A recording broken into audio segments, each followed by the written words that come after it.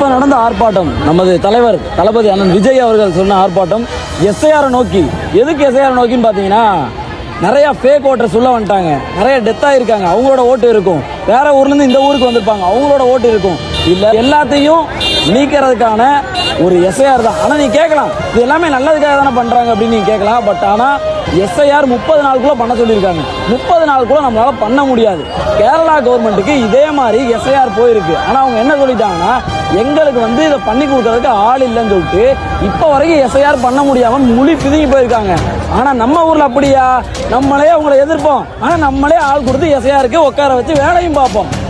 எப்படி நீங்க சொல்றீங்க தெரியுமா, நாங்களும் எதிர்க்கிறோம் அப்படின்ட்டு. நீங்க எதிர்க்கிறீங்க, எங்க இருந்து ஆள் வராங்க உங்களுக்கு வேலை செய்யறதுக்கு? எஸ்ஐஆர் எதிர்க்கவும் செய்வோம், எஸ்ஐஆருக்கு ஆளும் போடுவோம், எஸ்ஐஆருக்கு வேலையும் பார்ப்போம். ஆனா எஸ்ஐஆருக்கு பூத்ல ஒரு ஆள் இருப்பாங்க, அவங்க கூட இன்னொரு ஆள் கூட இருக்காங்க, இன்னொரு கட்சிக்காரங்க. அது நிறைய பிரச்சனை போய்கிட்டு இருக்கு. இதுல என்ன தெரியுது, பண்றது யாருன்னு தெரியுது. நீங்க என்ன சொல்ல வரீங்க?